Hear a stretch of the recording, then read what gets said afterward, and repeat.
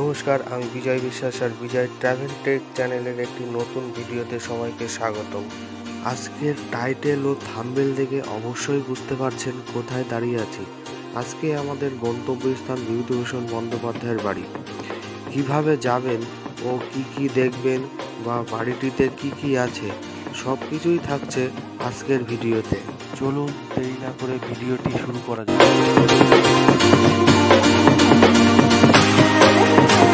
আমরা যাচ্ছি আজ বাইক নিয়ে, তো চলুন এবার এগিয়ে যাওয়া যাক। আমরা আছি এখন বনগাঁ চাকদা রোডে।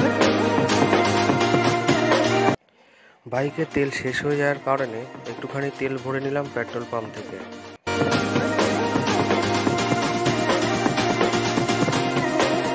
বিভূতিভূষণ বন্দ্যোপাধ্যায়ের বাড়ি পশ্চিমবঙ্গের উত্তর 24 পরগনা জেলার বনগাঁ শহরের গোপালনগর সংলগ্ন স্থান ব্যারাকপুরে। বনগাঁ থেকে চাকদা রোড ধরে কিছুটা পথ এগোনোর পর তোমরা এই টালিখোলা মোড়ে এসে পৌঁছাবে।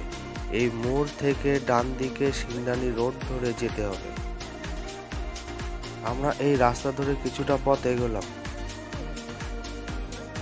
তারপর এই রাস্তা ধরে প্রায় 1 কিলোমিটার যাওয়ার পর ব্যারাকপুরে এই মোড়ে এসে পৌঁছাবে। এই মোড় থেকে বাঁদিকে টার্ন নিলেই কিছুটা এগোনোর পরই ডান দিকে পড়বে বিভূতিভূষণ বন্দ্যোপাধ্যায়ের বাড়ি।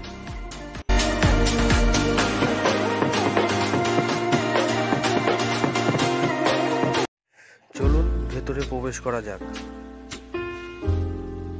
ভেতরটা একবার দেখুন, কি সুন্দর সবুজে ঘেরা গাছ, অসম্ভব সুন্দর দেখাচ্ছে।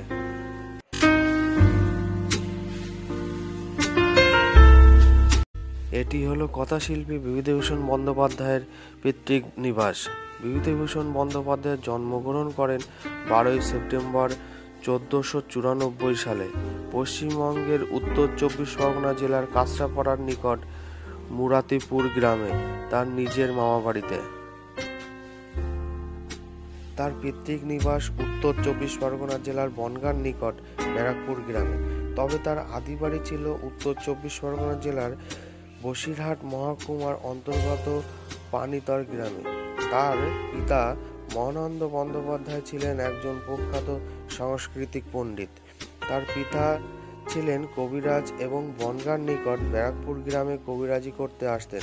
পণ্ডিত এবং কথকতার জন্য তিনি শাস্ত্রী উপাধি ভূষিত হয়েছিলেন।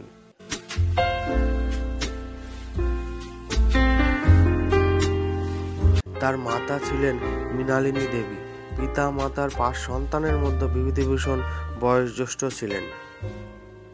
বিভূতিভূষণ বন্দ্যোপাধ্যায় ছিলেন একজন ভারতীয় বাঙালি সাহিত্যিক বা লেখক। তিনি মূলত উপন্যাস ও ছোট গল্প লিখে খ্যাতি অর্জন করেন। পথের পাঁচালী ও অপরাজিত তার সবচেয়ে বেশি পরিচিত উপন্যাস। অন্যান্য উপন্যাসের মধ্যে অরণ্যক, চাঁদের পাহাড়, আদর্শ হিন্দু হোটেল, ইছামতি বিশেষভাবে উল্লেখযোগ্য। উপন্যাসের পাশাপাশি বিভূতিভূষণ বন্দ্যোপাধ্যায় প্রায় 20টি গল্পগ্রন্থ ও কিশোর পাঠ্য উপন্যাস এবং ভ্রমণ কাহিনী ও দিনলিপি রচনা করেন। 1951 সালে ইছামতি উপন্যাসের জন্য বিভূতিভূষণ বন্দ্যোপাধ্যায় তার মৃত্যুর পর পশ্চিমবঙ্গের সর্বোচ্চ সাহিত্য পুরস্কার রবীন্দ্র পুরস্কার লাভ করেন।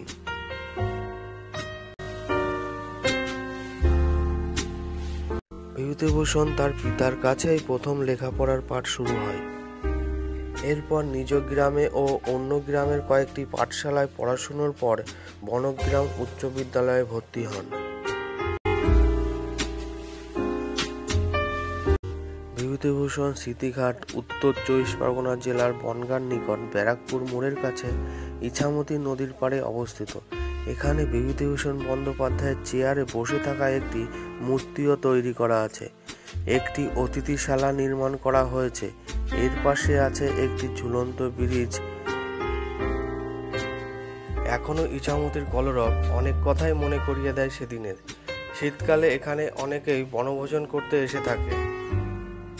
কালের নিয়মে ইছামতি নদী আজ জরাজীর্ণই অবস্থিত।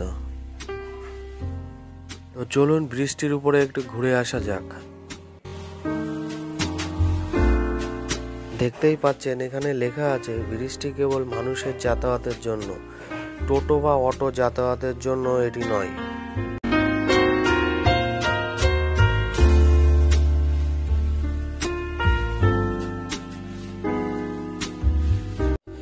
ব্রিজ থেকে নদীর দৃশ্যটা একবার দেখুন, অসম্ভব সুন্দর। বিভূতিভূষণ বন্দ্যোপাধ্যায়ের মৃত্যু হয় মাত্র 56 বছর বয়সে 1 নভেম্বর 1950 সালে বিহারের ঘাটশিলা স্থানে। বন্ধুরা, ভিডিওটি দেখার জন্য সবাইকে অনেক ধন্যবাদ। আর দেখতে থাকুন আমার ইউটিউব চ্যানেল বিজয় ট্রাভেল টেক।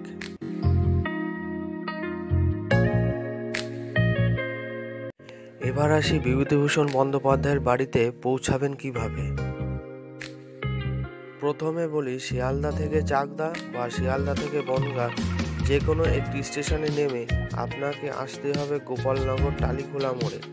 সেখান থেকে সিন্দানি রোড ধরে মাইল খানিক একটু এগিয়ে সামনে 3 মাথা মোড় থেকে বাঁ দিকে ঢুকে যেতে হবে। বাঁ দিকের গলিতে ঢুকেই ডান হাতে পড়বে বিভূতিভূষণ বন্দ্যোপাধ্যায়ের বাড়ি। টোটো ভাড়া পড়বে 20 টাকা মতো প্রতিজনে। ভিডিওটি ভালো লাগলে অবশ্যই লাইক করবেন, শেয়ার করবেন ও সাবস্ক্রাইব করবেন।